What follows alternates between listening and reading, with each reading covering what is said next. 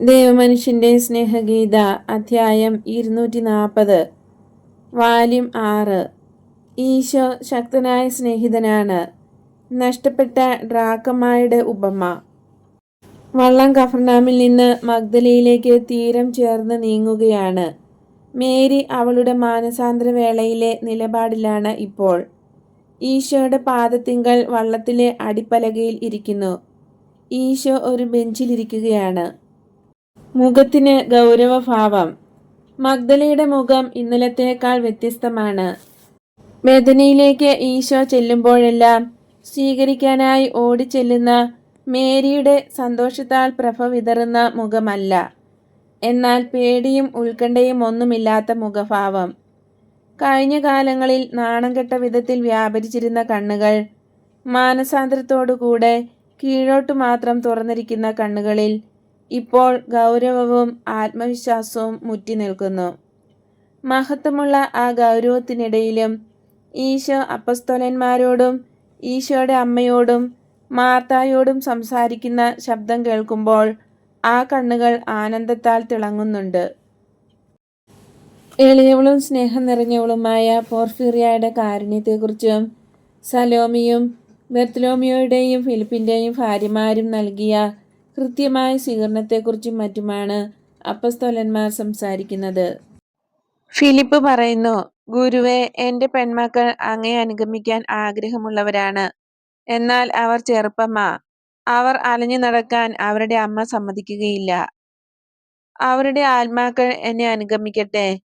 ഫിലിപ്പേ, നിന്റെ മൂത്ത മകൾക്ക് വിവാഹനിശ്ചയം നടക്കാൻ പോകുന്നു അല്ലേ? അതും വിശുദ്ധമായ സ്നേഹമാണ്. അതെ ഗുരുവേ, ഒരു നല്ല വരനും നല്ല കല്യാണവും. അങ്ങനെയല്ലേ ബർത്തലോമിയോ? അതെ, അത് ശരിയാണ്. എനിക്ക് ആ കുടുംബത്തെ അറിയാവുന്നതുകൊണ്ട് ഞാൻ ഉറപ്പു തരുന്നു, ഈ വിവാഹത്തിന് ഇടക്കാരനാകാൻ എനിക്ക് നിവൃത്തിയില്ലല്ലോ. കാരണം ഞാൻ ഗുരുവിനെ അനുഗമിക്കുകയാണ്. ഒരു വിശുദ്ധമായ കുടുംബമാണ് ഈ വിവാഹത്തിലൂടെ രൂപപ്പെടുന്നത്, തീർച്ച. എന്നാൽ ആ കുട്ടി എന്നോട് പറഞ്ഞത് ഈ വിവാഹകാര്യം മറന്നേക്കാൻ നിന്നോട് പറയണമെന്നാണ് ഫിലിപ്പേ. അവൾക്ക് വരനെ ഇഷ്ടമില്ലേ? അവൾക്ക് തെറ്റുപറ്റി. ഈ ചെറുപ്പക്കാർക്ക് ഭ്രാന്താണ്. അവൾക്ക് മനമാറ്റം ഉണ്ടാകുമെന്ന് ഞാൻ പ്രതീക്ഷിക്കുന്നു. ഇത്ര നല്ല പൊരുത്തമുള്ള ഈ വിവാഹം തള്ളിക്കളയുന്നതിന് കാരണമൊന്നുമില്ല. അഥവാ ഇല്ല, ഇത് സാധ്യമല്ല, ഫിലിപ്പ് പറയുന്നു. അഥവാ എന്താണെങ്കിൽ? എന്താണ് ഫിലിപ്പേ? ഉള്ളത് മുഴുവൻ പറയൂ, ഈശോ നിർബന്ധിക്കുന്നു. അവൾ വേറൊരാളെ സ്നേഹിക്കുന്നെങ്കിൽ, പക്ഷെ അത് സാധ്യവുമല്ല. അവൾ ഒരിക്കലും വീടിന് വെളിയിൽ പോകാറില്ല. വീട്ടിൽ ഏകാന്ത ജീവിതമാണ്. അത് സാധ്യമല്ല. ഫിലിപ്പേ, വീടിന്റെ ഏറ്റവും രഹസ്യമായ ഉള്ളറകളിൽ പോലും പ്രവേശിക്കുന്ന കാമുകന്മാരുണ്ട്. എല്ലാ സൂക്ഷ്മ നിരീക്ഷണങ്ങളെയും അതിജീവിച്ച് സ്നേഹിക്കുന്നവരോട് സംസാരിക്കേണ്ടതെങ്ങനെയെന്ന് അവൾക്കറിയാം. യുവത്വമോ വൈധവ്യമോ ഒന്നും അവർക്ക് തടസ്സമല്ല. എന്തെല്ലാം തടസ്സങ്ങളുണ്ടെങ്കിലും, സുരക്ഷിതത്വത്തിന്റെ എല്ലാ സംവിധാനങ്ങളും ഉണ്ടെങ്കിലും, അവർക്കാവശ്യമുള്ള പെൺകുട്ടികളെയോ സ്ത്രീകളെയോ അവർ കൈവശപ്പെടുത്തും. നിരസിക്കപ്പെടാൻ സാധിക്കാത്ത കാമുകന്മാരുണ്ട്. അവർ ശക്തിയായി പ്രലോഭിപ്പിക്കുന്നവരും എല്ലാ തടസ്സങ്ങളെയും, പിശാചിന്റെ പോലും എതിർപ്പിനെയും തരണം ചെയ്യാൻ പ്രേരിപ്പിക്കുന്നവരുമാണ്. അങ്ങനെയുള്ള ഒരാളെ നിന്റെ മകൾ സ്നേഹിക്കുന്നു, ഏറ്റവും ശക്തിയുള്ള ഒരാളെ. ആരെ? ഹെറോദേസിന്റെ സദസ്യരിൽ വല്ലവരുമോ? അത് അത്ര ശക്തിയുള്ളതല്ല. ഒരാൾ, രാജപ്രതിനിധിയുടെ കാര്യസ്ഥന്മാരിൽ ഒരാൾ, ഒരു റോമൻ കുലീനൻ. ഞാനത് ഒരു കാലത്തും അനുവദിക്കയില്ല. ഇസ്രായേലിന്റെ ശുദ്ധമായ രക്തത്തിന് അശുദ്ധ രക്തവുമായി ബന്ധം പാടില്ല. ഞാൻ എൻ്റെ മകളെ കൊന്നാൽ പോലും. ഗുരുവേ, പുഞ്ചിരിക്കുക പോലും വേണ്ട, എനിക്കെന്തൊരു വേദന. നിന്റെ രീതി ശാഠ്യമുള്ള ഒരു കുതിരയുടേത് പോലെയാണ്. പ്രകാശം മാത്രമുള്ളിടത്ത് നീ നിഴൽ കാണുന്നു. നീ വിഷമിക്കേണ്ട. രാജപ്രതിനിധിയും ഒരു ജോലിക്കാരൻ മാത്രം. അവന്റെ കുലീനരായ കൂട്ടുകാരും വേലക്കാരാണ്. സീസറും ഒരു വേലക്കാരനാണ്. ഗുരു, അങ്ങ് തമാശ പറയുകയാണല്ലോ. എന്നെ പേടിപ്പിക്കാൻ പറയുന്നതല്ലേ? സീസറിനേക്കാൾ വലിയവരാരുമില്ല. അവനേക്കാൾ വലിയ യജമാനനുമില്ല. ഞാനുണ്ട് ഫിലിപ്പേ. നീയോ? നിനക്കെന്റെ മകളെ വിവാഹം കഴിക്കണമോ? വേണ്ട, അവളുടെ ആത്മാവിനു വേണം. 7 താക്കോലിട്ട് പൂട്ടിയിരിക്കുന്ന ഭവനങ്ങളിലും ഹൃദയങ്ങളിലും പ്രവേശിക്കുന്ന കാമുകനാണ് ഞാൻ.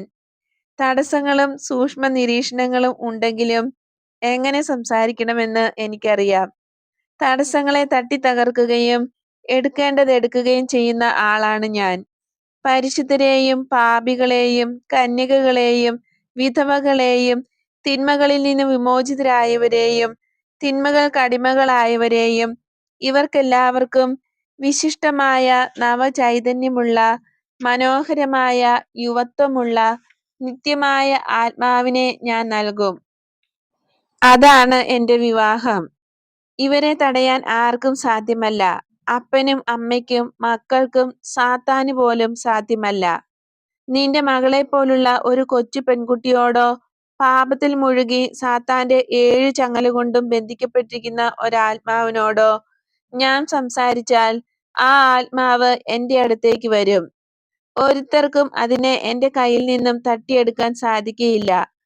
എൻ്റെ ദാരിദ്ര്യത്തോടും ത്യാഗജീവിതത്തോടും വിവാഹിതരായിരിക്കുന്നവർ അനുഭവിക്കുന്ന ആനന്ദം ധനമോ ശക്തിയോ ഈ ലോകത്തിന്റെ സന്തോഷങ്ങളോ നൽകുകയില്ല. ഈ ലോകത്തിന്റെ സ്വത്തുക്കളെല്ലാം ഉരിഞ്ഞു മാറ്റിയ അവൾ സ്വർഗീയ നന്മകൾ കൊണ്ട് ആവരണം ചെയ്യപ്പെട്ടിരിക്കുകയാണ്. ദൈവത്തിൻ്റെതാണ്, ദൈവത്തിന്റെ മാത്രമാണ് തങ്ങൾ എന്നറിയുന്നതിനുള്ള പ്രശാന്തതയിൽ അവർ സന്തോഷിക്കുന്നു. അവർ സ്വർഗത്തിന്റെയും ഭൂമിയുടെയും യജമാനന്മാരാണ്. അവർ ഭൂമിയിൽ അധികാരം ചെലുത്തുകയും സ്വർഗത്തെ കീഴടക്കുകയും ചെയ്യുന്നു. എന്നാൽ നമ്മുടെ നിയമത്തിൽ ഇങ്ങനെ ഒരിക്കലും സംഭവിച്ചിട്ടില്ല. ബർത്തലോമിയോ ആശ്ചര്യപൂർവ്വം പറഞ്ഞു. നഥാനിയേൽ, നിന്നിലുള്ള പഴയ മനുഷ്യനെ ഉരിഞ്ഞു കളയുക. ഞാൻ നിന്നെ ആദ്യമായി കണ്ടപ്പോൾ അഭിവാദ്യം ചെയ്തത് കളങ്കമില്ലാത്ത ഇസ്രായേൽക്കാരൻ എന്നാണ്. ഇനി നീ ഇസ്രായേലിനുള്ളവനാകാതെ ക്രിസ്തുവിനുള്ളതായി തീരുക. യാതൊരു തരത്തിലുള്ള വഞ്ചനയോ ബന്ധനമോ കൂടാതെ അപ്രകാരമായി തീരുക. ഒരു പുതിയ മനോഭാവം നീ ധരിക്കുക. അങ്ങനെ ചെയ്തില്ലെങ്കിൽ മനുഷ്യവംശത്തിന് നൽകാൻ കൊണ്ടുവന്നിരിക്കുന്ന രക്ഷയുടെ മനോജ്ഞമായ വിവിധ വശങ്ങൾ നിനക്ക് മനസ്സിലാകുകയില്ല. ഫിലിപ്പ് ഇടയ്ക്ക് കയറി പറഞ്ഞു, എൻ്റെ മകളെ നീ വിളിച്ചിരിക്കുന്നുവെന്ന് നീ പറഞ്ഞു. ഇനി അവൾ എന്തു ചെയ്യും? ഞാൻ തീർച്ചയായും അവൾക്കെതിരായിരിക്കുകയില്ല. എന്നാൽ അവളെ സഹായിക്കാനായിട്ട് കൂടെ ഞാൻ ചോദിക്കുന്നു, അവളുടെ വിളി എന്തിലാണ് അടങ്ങിയിരിക്കുന്നത്? കന്യക, സ്നേഹത്തിന്റെ ലില്ലി പുഷ്പങ്ങളെ ക്രിസ്തുവിന്റെ തോട്ടത്തിലേക്ക് കൊണ്ടുവരുന്നതിലാണ് അടങ്ങിയിരിക്കുന്നത്. വരാനിരിക്കുന്ന യുഗങ്ങളിൽ ഇതുപോലുള്ള ധാരാളം കന്യകമാരുണ്ടായിരിക്കും, വളരെയധികം. തിന്മയുടെ കുപ്പകൾക്കെതിരെ ലോകത്തെ പിടിച്ചു നിർത്തുന്ന സൗരഭ്യമേറിയ പൂത്തടങ്ങൾ. ദൈവദൂഷണക്കാർക്കും നിരീശ്വരവാദികൾക്കും എതിരെ ലോകത്തിന് സന്തുലിതാവസ്ഥ നൽകുന്ന പ്രാർത്ഥനയുടെ ആത്മാക്കൾ. ലോകത്തെ അതിന്റെ എല്ലാ അപകടങ്ങളിൽ നിന്നും സഹായിക്കുന്ന ഇവർ ദൈവത്തിന്റെ ആനന്ദമാണ്. ഒരു ചോദ്യം ചോദിക്കുന്നതിന് മഗ്ദലന മേരി അവളുടെ അധരങ്ങൾ ചലിപ്പിക്കുന്നു. എങ്കിലും പെട്ടെന്ന് വിവരണയായി. എന്നാൽ മുൻകാലങ്ങളെ അപേക്ഷിച്ച് അവൾ കൂടുതൽ സ്വസ്ഥതയുള്ളവളും സ്വതന്ത്രയുമാണ്. ഞങ്ങൾ, നീ പുനരുദ്ധരിച്ചുകൊണ്ടിരിക്കുന്ന നാശനഷ്ടങ്ങൾ ഞങ്ങൾ എന്തായിത്തീരും? കന്യകകളായ നിന്റെ സഹോദരികൾ എന്തായിരിക്കുന്നുവോ അതായിത്തീരും.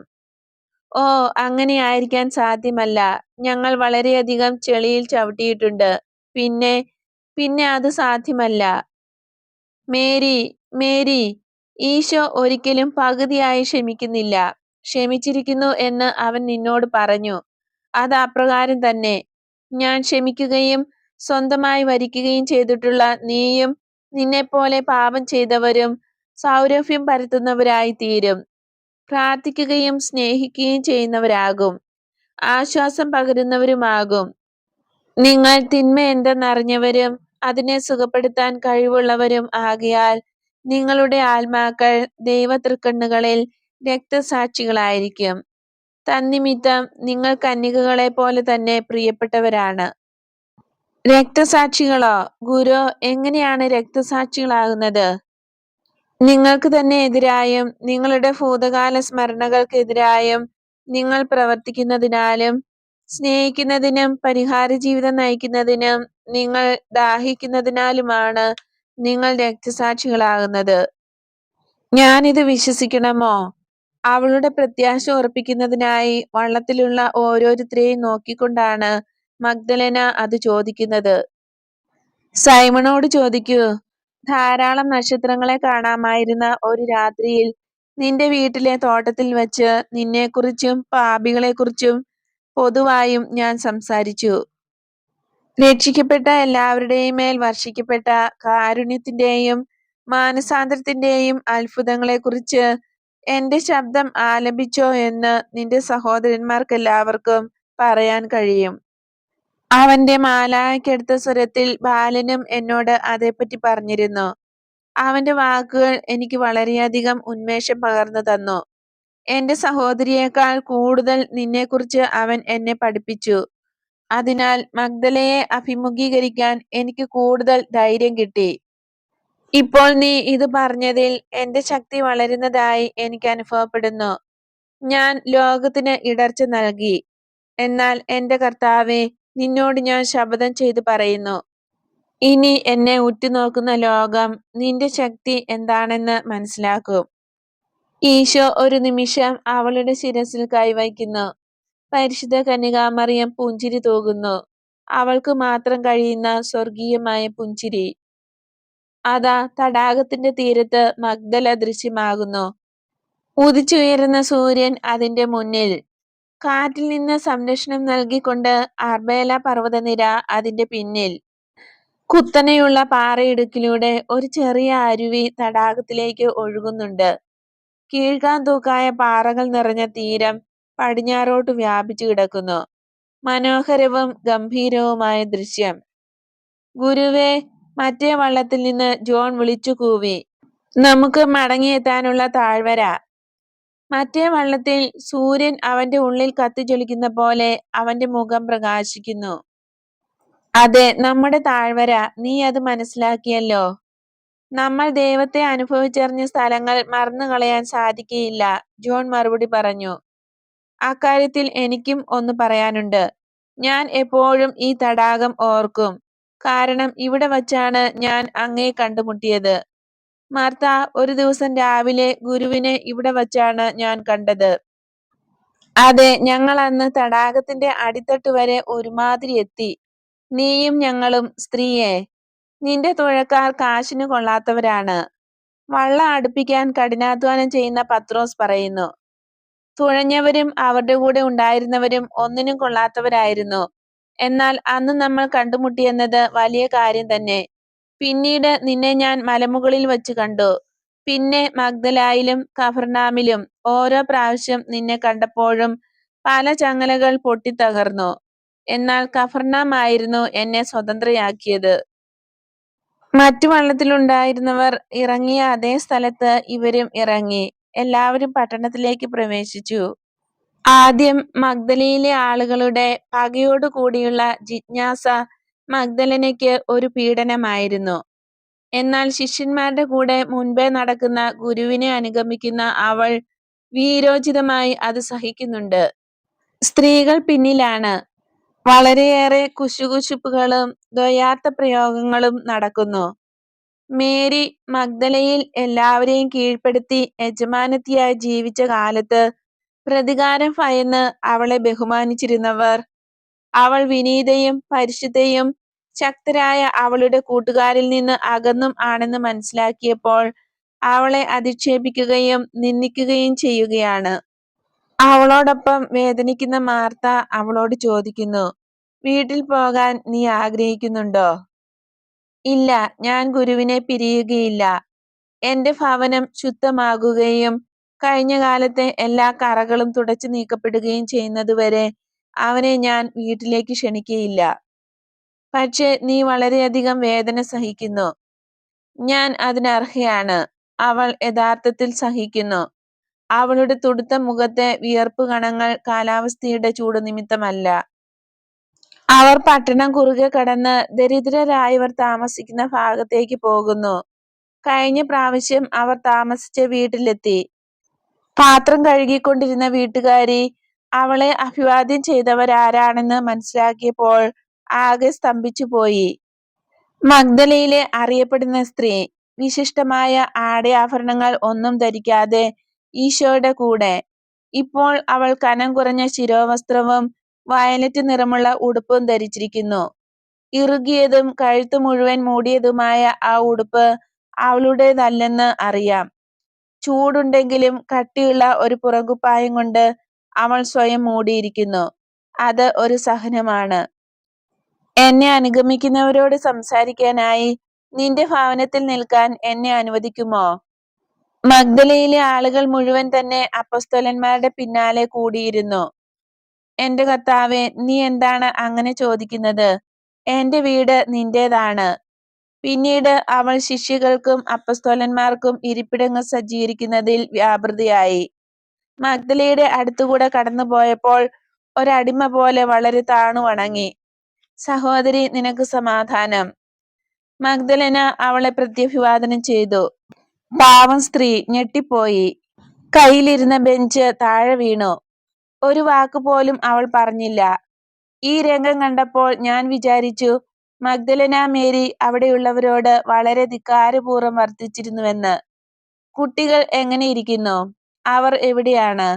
ഭർത്താവിന് ജോലി കിട്ടിയോ? എന്നും മറ്റും ചോദിച്ചപ്പോൾ പാവം സ്ത്രീ വിസ്മയിച്ചു പോയി.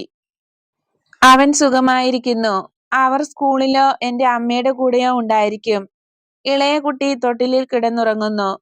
എന്റെ ഭർത്താവിന് ധാരാളം മത്സ്യം കിട്ടുന്നുണ്ട്. നിനക്കുള്ള വീതം അവൻ കൊണ്ടുവരും. അത് ആവശ്യമില്ല. അത് കുട്ടികൾക്ക് വേണ്ടി ഉപയോഗിച്ചുകൊള്ളൂ. ഞാൻ കുഞ്ഞിനെ ഒന്ന് കണ്ടോട്ടെ. വരൂ. ആളുകൾ തെരുവിൽ തിങ്ങിക്കൂടി. ഈശോ സംസാരിക്കാൻ തുടങ്ങുന്നു.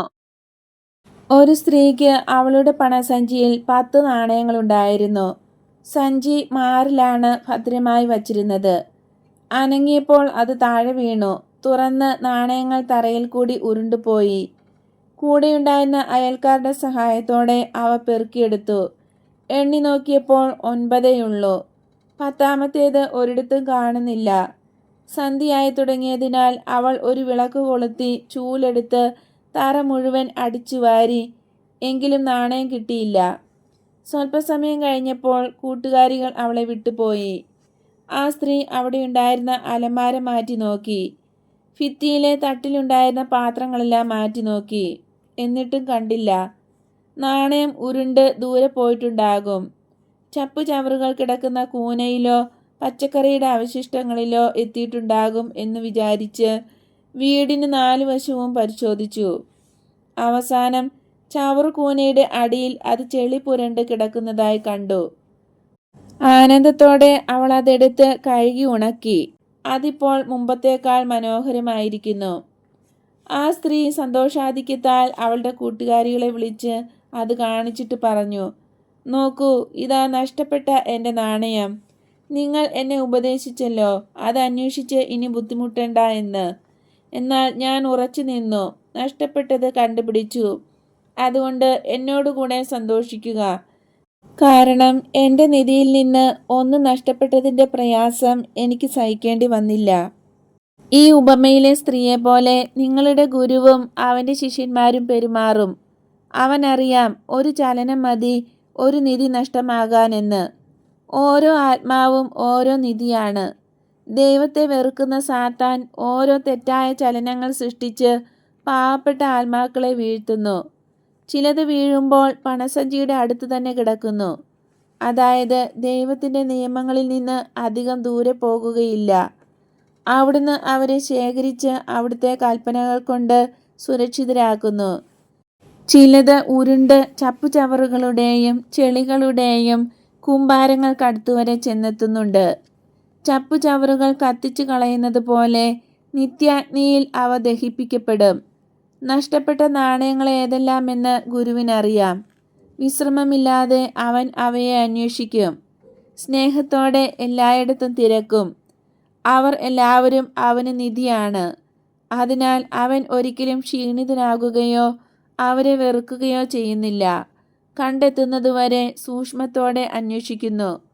കണ്ടെത്തുമ്പോൾ അവയ്ക്ക് മാപ്പ് കൊടുത്തുകൊണ്ട് ചെളിയെല്ലാം കഴുകിക്കളഞ്ഞ് എല്ലാ സ്നേഹിതരെയും വിളിച്ചുകൂട്ടി അവരോട്, അതായത് സ്വർഗം മുഴുവനോടും ഭൂമിയിലുള്ള എല്ലാ നല്ല ആളുകളോടും പറയും, എന്നോട് കൂടെ സന്തോഷിക്കുക, കാരണം എനിക്ക് നഷ്ടപ്പെട്ടത് കണ്ടെത്തിയിരിക്കുന്നു. അത് ഇപ്പോൾ മുമ്പിലത്തേക്കാൾ മനോഹരമായിട്ടുണ്ട്, കാരണം ഞാൻ മാപ്പ് നൽകിയപ്പോൾ അത് പുതിയതായി. ഞാൻ നിങ്ങളോട് പറയുന്നു, ദൈവത്തിൻ്റെ മാലാഖമാരുടെയും ഭൂമിയിലെ നല്ല മനുഷ്യരുടെയും ഇടയിൽ അനുതപിച്ച ആത്മാവിനെപ്പറ്റി വളരെയധികം സന്തോഷമുണ്ട്. ഞാൻ ഗൗരവമായി പറയുന്നു, കണ്ണീരിനേക്കാളും പശ്ചാത്താപത്തെക്കാളും മനോജ്ഞമായ ഈ മാനസാന്തരത്തിൽ സന്തോഷിക്കാതിരിക്കാൻ സാത്താന് മാത്രമേ സാധിക്കുകയുള്ളൂ. ഒരു പാപിയുടെ മാനസാന്തരത്തെ ഒരാൾ എങ്ങനെ സ്വീകരിക്കുന്നു എന്നുള്ളത് അവൻ്റെ സ്വന്തം നന്മയുടെയും ദൈവവുമായുള്ള ഐക്യത്തിൻ്റെയും അളവാണ്. നിങ്ങൾക്ക് സമാധാനം. ജനക്കൂട്ടത്തിന് ആ പാഠം ശരിക്കും മനസ്സിലായി. കുഞ്ഞിനെ കയ്യിലെടുത്തുകൊണ്ട് ഉമ്മറപ്പടിയിലിരിക്കാൻ ഒരുങ്ങുന്ന മഗ്ദലനയെ അവർ നോക്കുന്നു. ജനക്കൂട്ടം സാവകാശം പിരിഞ്ഞു പോകുകയാണ്. വീട്ടുടമസ്ഥയും കുട്ടികളോടുകൂടെ അവിടെ എത്തിയ അവളുടെ അമ്മയും മാത്രമാണ് ഇവിടെ. ഇപ്പോഴുള്ള ബെഞ്ചമിൻ അവിടെ ഇല്ല. അവൻ ഇപ്പോഴും സ്കൂളിലാണ്.